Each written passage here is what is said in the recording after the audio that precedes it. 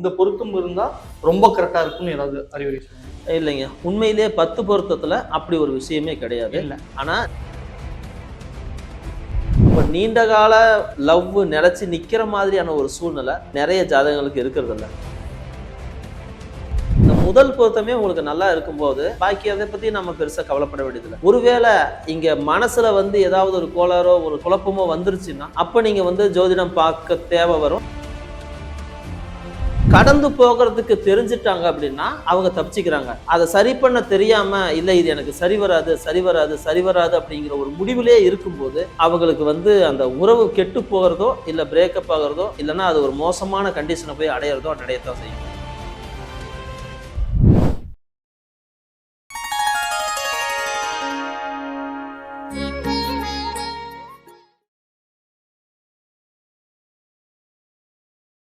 ஸ்ரீ வாராய் டிவி நேயர்கள் அனைவருக்கும் வணக்கம். நான் உங்க ஜித்து. இன்னைக்கு நம்ம கூட இருக்கக்கூடிய ஸ்பெஷல் கெஸ்ட் ஜோதிடர் சக்திதாஸ் இருக்காரு. வணக்கம் சார். வணக்கம் சார். எப்படி இருக்கீங்க? சூப்பரா இருக்கு சார். மகிழ்ச்சி சந்திச்சதுல.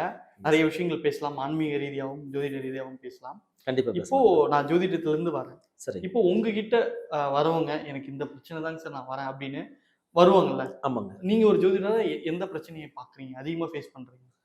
நான் அதிகமா பார்க்குற பிரச்சனை திருமணம் சார்ந்த சிக்கல்களும் அப்புறம் ரிலேஷன்ஷிப் சார்ந்த சிக்கல்கள் தான் ரொம்ப அதிகமாக வருது. இந்த ரொம்ப அதிகமாக வரக்கூடிய ரிலேஷன்ஷிப் பிரச்சனையில அவங்க கேட்கும்போது எனக்கு இப்போ இந்த மாதிரியான ஒரு சூழ்நிலை இருக்கு, இது லவ்ல கொஞ்சம் சிக்கலா இருக்குது, நான் ஒரு பொண்ணை பார்த்துக்கிட்டு இருக்கிறேன் இந்த மாதிரின்னு சொல்லிட்டு கேட்பாங்க. லவ் பண்ணும்போதே ஜோதிடம் பார்க்கறாங்க. ஆமா ஆமா. அது இன்ட்ரெஸ்டிங்கா இருக்கு. ஒரு ஆர்வத்தோட அவங்க லவ் பண்ண ஆரம்பிச்சிடுறாங்க. அதை காப்பாத்திக்க முடியுமா இல்லையான்ற பயத்துல ஜோதிடம் பார்க்க ஆரம்பிப்பாங்க. Okay okay. ஆனா அந்த அளவுக்கு ரொம்ப டீப்பா கேட்கறவங்களும் அந்த லவ் காப்பாத்துவாங்களா அப்படின்னு கேட்டா இல்ல அப்படின்னு தான் சொல்லணும். திடீர்னு ஏதோ ஒரு சூழ்நிலை காரணமா விட்டுட்டு போயிடுறாங்க. இப்ப நம்ம இதை தொடர்ந்து பார்த்துக்கிட்டே வர்றோம். இதை பார்க்கும்போது ஆர்வம் இருக்கு, ஆசை இருக்கு. அது அந்த குறுகிய கால ஆசையா தான் நம்ம நிறைய இடங்கள்ல பார்க்கிறோம். அப்ப நீண்ட கால லவ் நிலைச்சு நிக்கிற மாதிரியான ஒரு சூழ்நிலை நிறைய ஜாதகங்களுக்கு இருக்கிறதில்ல. இருந்தாலும் அவங்களுக்கு ஒரு நம்பிக்கை வேணுமே அப்படிங்கிறதுக்காக தொடர்ந்து அவங்க ஜோதிடத்தோட ஒரு உதவியும் நாடுறாங்க. அதன் மூலமா அவங்க புரிஞ்சுக்கிறாங்க சில விஷயத்த. இன்னொன்னு எப்படி சொல்றதுன்னா, அவங்க சம்பவங்களை பயமில்லாம கடந்து போவதற்கு ஜோதிடம் ஒரு கருவியா இருந்து நம்மளை பாதுகாக்குது. இல்லைன்னா ஒரு சம்பவம் நடந்ததுக்கு அப்புறம் ஒரு லவ்னா அது பிரேக்கப் ஆனதுக்கு அப்புறம் எவ்வளவு தூரத்துக்கு மனசு வேதனைப்படுன்றது அதை கடந்து வந்த எல்லாருக்கும் தெரியும். அதே சமயம் இந்த காலத்துல இப்படிதான் நடக்க போகுது, இந்த மாதிரி நடக்க போகுது, ஒரு பிரிவுக்கான ஒரு காலமா இருக்கு, ஒரு சண்டை போடுறதுக்கான காலமா இருக்கு, இல்லைன்னா அவங்களுடைய நேரம் சரியில்லை, அவங்களுக்கு நெகட்டிவ் எனர்ஜி ஃபார்ம் ஆகுற நேரமா இருக்கு, அவங்க கொஞ்சம் குழப்பமான மனநிலை இருப்பாங்க, இந்த மாதிரின்ற விஷயம் புரிஞ்சுக்கும் போது ஸோ ஆப்போசிட்ல இருக்கிறவங்க அதை எப்படி அனுசரிச்சு போகலாம். ஸோ சம்பவம் என்ன நடக்க போது முன்னாடியே தெரிஞ்சிருச்சு. ஸோ அவங்க அதை தன்னை காப்பாத்திக்கிறது எப்படி, இல்லைன்னா இந்த பிரச்சனையை தவிர்க்கிறது எப்படிங்கிறத பத்தி நிறைய கேட்டு தெரிஞ்சு புரிஞ்சுக்கிறாங்க. அதன் மூலமாக அந்த பாதிப்பு மன பாதிப்பை குறைச்சிக்க முடியுது. நிறைய இடங்கள்ல இதை நம்ம பார்க்கணும். ஸோ இப்போ நீங்க சொல்லும்போது எனக்கு என்னன்னா, இப்போ லவ் பண்ணும்போது என்னோட பார்வையில சொல்றேன், லவ் பண்றேன்னா லவ் மட்டும் பண்ணணும், இந்த ஆஸ்ட்ராலஜி இதெல்லாம் பார்க்கக்கூடாது, கல்யாணத்துக்கு போயிட்டு அடுத்துக்கிட்ட போனா என்னோட பார்வை. நீங்க ஒரு ஜோதிடரா சொல்லுங்க, இப்போ நான் ஒருத்தவங்க லவ் பண்றேன் அப்படின்னா அவங்களுக்கு நான் ஜாதகம் பார்க்கணுமா? நீங்க லவ் பண்றீங்க அப்படின்னா ஜாதகம் பார்க்க தேவையில்ல. லவ் பண்ணிட்டு கல்யாணத்துக்கே போறீங்கனாலும் ஜாதகம் பார்க்க தேவையில்ல. என்ன காரணம்னா மனசுதான் முதல் பொருத்தம். அந்த முதல் பொருத்தமே உங்களுக்கு நல்லா இருக்கும்போது பாக்கி அதை பத்தி நம்ம பெருசா கவலைப்பட வேண்டியதில்லை. ஒருவேளை இங்க மனசுல ஏதாவது ஒரு கோளாறோ ஒரு குழப்பமோ வந்துருச்சுன்னா அப்ப நீங்க ஜோதிடம் பார்க்க தேவை வரும். அது அப்பயும் கூட சம்மந்தப்பட்டவங்க ஜோதிடம் பார்க்கறத பத்தி பெரிய முடிவு எடுக்க மாட்டாங்க.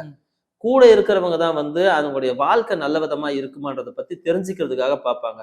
இல்ல அதையும் மீறி சம்பந்தப்பட்டவங்களே ஜோதிடம் பாக்குறாங்க அப்படின்னா அதை பாக்குறவங்களே இது வேண்டான்னு முடிவு பண்ணிட்டாங்க, இல்லைன்னா அதை கழட்டி வர்றதுக்கு ஏதோ ஒரு காரணம் தேடிட்டு இருக்காங்க அப்படின்றத நம்ம புரிஞ்சுக்கலாம். நிச்சயமா. இப்போ காதல் ஒரு பக்கம் விட்டுருவோம். இப்போ நிறைய பேர் வீட்டுல இருக்கவங்க வரன் பார்த்து இந்த மாதிரி கல்யாணம் பண்ணலாம் அப்படின்னு சொல்லிட்டு பிளான் பண்ணுவாங்க. அவங்க எல்லாருமே தேடுறது என்னன்னா இந்த 10 பொருத்தம் இருக்கா அப்படின்னு சொல்லி பார்ப்பாங்க. ஆனா அந்த 10 பொருத்தம் இருந்தும் எல்லாம் சரியா அமைஞ்சு பிரம்ம முகூர்த்தத்துல பண்ணுவாங்க. 2-3 மாசத்துலயே அவங்க டிவோர்ஸ் அப்படின்னு போகும்போது மனசு கஷ்டமா இருக்குது. இந்த பிரச்சனை எதனால வருது? இந்த ஜாதகத்துல ஏதாவது பிரச்சனை இருக்கா? இது இது இது பார்க்கும்போது ஜாதகத்துல ஒரு பகுதிங்க. ஜாதகத்துல வந்து இது கிரக ரீதியா சொன்னோம்னா இந்த செவ்வாய் பாதிக்கப்படுவது, சுக்கிரன் பாதிக்கப்படுவது, 7ஆம் இடம் பாதிக்கப்படுவது, அப்புறம் குருவே பாதிக்கப்படுவது, இல்ல சந்திரன் பாதிக்கப்படுவது, இந்த மாதிரியான ஒரு 4-5 கிரகங்களுடைய பாதிப்பு ஒரு குழப்பத்தை ஏற்படுத்தும். அது உண்மைதான். ஆனா அந்த குழப்பம் அப்படிங்கிறது எப்படின்னா, ஒரு நெருப்பும் தீயும் பக்கம் பக்கமே இருக்கிற மாதிரியானது தான். அது ஒண்ணு சேர்றதுக்கான வாய்ப்பு கிடைக்கவே இல்லைன்னா அங்க அந்த பிரச்சனையே வராது. 2மே தனித்தனியா இருக்கும், பத்திரமா இருக்கும். எந்த காலத்தையும் அது வந்து வெடிக்கிற ஒரு சூழ்நிலைக்கே போகாது. ஆனா அவங்க ஒரு கட்டத்தை தாண்டி இல்லைன்னா அது சரிவர ஹேண்டில் பண்ண தெரியல அப்படின்னா இந்த பிரச்சனைகள் வரும். நான் ஒரு உதாரணத்துக்கு சொல்றேன். இது எல்லாருடைய வாழ்க்கையிலுமே இது கடந்து வந்திருக்கும். நிச்சயமா. அப்பா அம்மா கூட சண்டை போடாதவங்க யாருமே இல்ல. உண்மை. கொஞ்ச காலமாவது பேச மாட்டேன், இல்ல அது பண்ண மாட்டேன், இது பண்ண மாட்டேன், நான் வந்து இதுல நான் தாத்தா வீட்டுக்கு போறேன், பாட்டி வீட்டுக்கு போறேன்னு இருக்கிறவங்களும் இருக்காங்க. அண்ணன் தம்பி கூட சண்டை போடுறாங்க, நண்பர்கள் கூட சண்டை போடுறாங்க, அப்புறம் உறவினர் கூட சண்டை போடுறாங்க, எல்லாத்துக்கூடயுமே சண்டை போடுறாங்க. ஒரு குறிப்பிட்ட காலம் பிரிஞ்சு இருக்காங்க, இல்லைன்னா அதுக்கு அடுத்து அதை கடந்து போயிடுறாங்க. ஆனா இந்த திருமணத்துல மட்டும் கணவன் கூட சண்டை போடக்கூடாது, இல்ல மனைவி கூடவே சண்டை போடக்கூடாது அப்படின்னு கேட்கறது இது என்ன விதத்துல நியாயம்? ஆனா இது நடக்குமா அப்படின்னா இப்படிதான் நடக்கும். அதை கடந்து போகிறதுக்கு தெரிஞ்சுட்டாங்க அப்படின்னா அவங்க தப்பிச்சுக்கிறாங்க. அதை சரி பண்ண தெரியாம இல்ல இது எனக்கு சரி வராது சரி வராது சரி வராது அப்படிங்கிற ஒரு முடிவிலே இருக்கும்போது அவங்களுக்கு வந்து அந்த உறவு கெட்டு போகிறதோ இல்ல பிரேக்கப் ஆகிறதோ இல்லைன்னா அது ஒரு மோசமான கண்டிஷனை போய் அடையிறதோ அடையத்தான் செய்யும். இவங்க மறுபடியும் அடுத்த லைஃபுக்கு போனாலும் கூட இந்த விஷயம் தொடர்ந்து வந்துகிட்டே தான் இருக்கும். ஜோதிட ரீதியா பார்க்கும்போது ஒரு பிரச்சனை இருக்குதான்னா உண்மையிலே இருக்குது. ஆனா அது பஞ்சும் தீயும் நெருப்பு. இருக்கிற மாதிரி ஒண்ணு சேர்ந்த மாதிரி அர்த்தம் கிடையாது. ஒவ்வொன்றும் ஒவ்வொரு பக்கத்துல இருக்கு. அது ரெண்டும் சேர்றதுக்கான நேரம் வந்தா மட்டும்தான் வெடிக்கும். அது வரைக்கும் வெடிக்கவே வெடிக்காது, இல்ல பத்திக்காது. அப்படியே தனித்தனியாவே பத்திரமா இருக்கும். அது கடைசி வரைக்கும் இருந்தாலும் ஒண்ணுமே பண்ண போறதில்ல, அப்படியே தான் இருக்கும். ஆனா ஒருவேளை சேர்ந்துருச்சுன்னா மட்டும்தான் பத்திக்கும். சோ அது போலதான் இந்த வாய்ப்புகள் அப்படிங்கிறது இருக்கு. அது நம்ம ஜாதகத்தை பார்த்து நமக்கு இப்படிப்பட்ட சூழ்நிலைகள் இருக்குதான்னு தெரிஞ்சுட்டா நாம அந்த விஷயத்தை புரிஞ்சுக்கிட்டு அந்த வம்பு வளர்க்கறதோ இல்ல வார்த்தைகளை தேவையில்லாம விடுறது இல்ல சண்டை போடுறது இல்லைன்னா ஒருத்தருடைய விருப்பத்துக்கு மாறா நடந்துக்கிறது, கூட இருக்கிறவங்களே வந்து நம்ம வந்து கேலி பண்றது, இந்த மாதிரியான விஷயங்களை தவிர்த்துருவோம். தெரியவே இல்லைன்னா எல்லாத்துக்கிட்டையும் இருக்கிற மாதிரி டீஸ் பண்ற மாதிரி ரொம்ப ஜாலியா அது வந்து ஒரு ஃபன்னாவே செஞ்சுட்டு போயிடுவோம். அந்த ஃபன்னு தான் பின்னாடி வந்து ஒரு பெரிய பம்பா வந்துருது. புரிஞ்சுக்கிறதுல தான் நம்ம ஜாதகத்தை நாம புரிஞ்சுக்கணும் அப்படிங்கிறது முதல் பகுதி. 2வது பகுதி ஆப்போசிட்ல இருக்கிறவங்க ஜாதகத்தையும் புரிஞ்சுக்கணும். அப்போ கணவன் மனைவியையோ மனைவி கணவனையோ நேரடியா பட்டு புரிஞ்சிக்காம அவங்க கிரக ரீதியாகவும் ஜாதக ரீதியாகவும் புரிஞ்சுக்கிட்டா எந்தெந்த பிரச்சனையை தவிர்க்கலாங்கிறது ரொம்ப ஈஸியா தெரிஞ்சுக்கலாம். அதன் மூலமாக அவங்க வாழ்க்கையில வரக்கூடிய கொஞ்சம் கடினமான விஷயங்களை தவிர்க்கலாம். தேவைப்பட்டா ஒரு குறிப்பிட்ட நாள் கூட பிரிஞ்சு இருக்கலாம், அது தவறு இல்லை.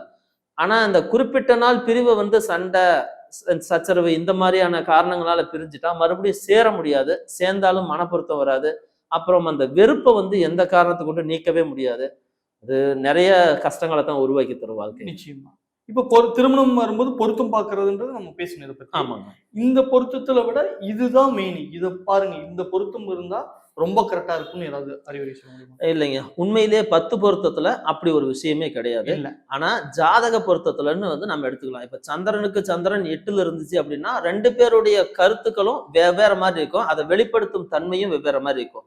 இப்ப லக்னத்துக்கு லக்னமும் 8ஆ இருந்துச்சுன்னா ஒருத்தருடைய லக்னத்துக்கு இன்னொருத்தருடைய லக்னம் 8ஆம் இடமா இருந்தா அவங்க சிந்தனையே வேற மாதிரி இருக்கும். என்ன பண்ணாலும் அவங்கள பிடிச்சி இழுத்து வைக்கவே முடியாது.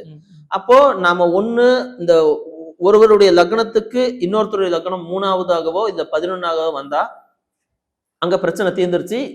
அவங்களே சரி பண்ணிக்கக்கூடிய அளவுக்கு தயாரா இருப்பாங்க. ராசியும் அதே மாதிரி வந்துருச்சுன்னா பிரச்சனை இல்லை. இந்த ராசி 1, 5, 9 வந்துட்டாலும் பிரச்சனை இல்லை. இந்த 6, 8 வந்து அமைஞ்சிருச்சுன்னா ரொம்ப சிக்கல் தான். அதே போல அவங்களுக்கு வரக்கூடிய அந்த தசா புத்தி கண்டிப்பா பெரிய அளவுல வேலை செய்யும். இப்ப கிரகங்கள் கூட வந்து ஒரு குறிப்பிட்ட நாட்கள் தான், ஒரு அதிகபட்சம் 1 மாசம் 3 நாள் பிரச்சனை பண்ணும், அதிகபட்சம் 1 மாசம் பண்ணும், அதையும் தாண்டினா 1 வருஷம் பண்ணும். அப்புறம் போச்சுன்னா சில நேரங்கள்ல ஒரு 1.5 வருஷம் 1.25 வருஷம் இவ்வளவுதான் செய்யவே முடியும்.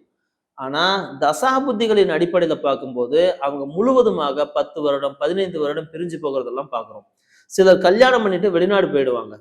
கல்யாணம் பண்ண உடனே வெளிநாடு போனவங்க 10 வருஷம் கழிச்சுதான் வருவாங்க. இப்போ அந்த மாதிரி எல்லாம் பார்த்தோம்னா அங்க ஒரு கிரகம் வந்து ரொம்ப முக்கியமான இடத்துல உட்கார்ந்து குடும்பத்தோட வாழவே விடக்கூடாது அப்படின்னு வச்சிருக்கோம்.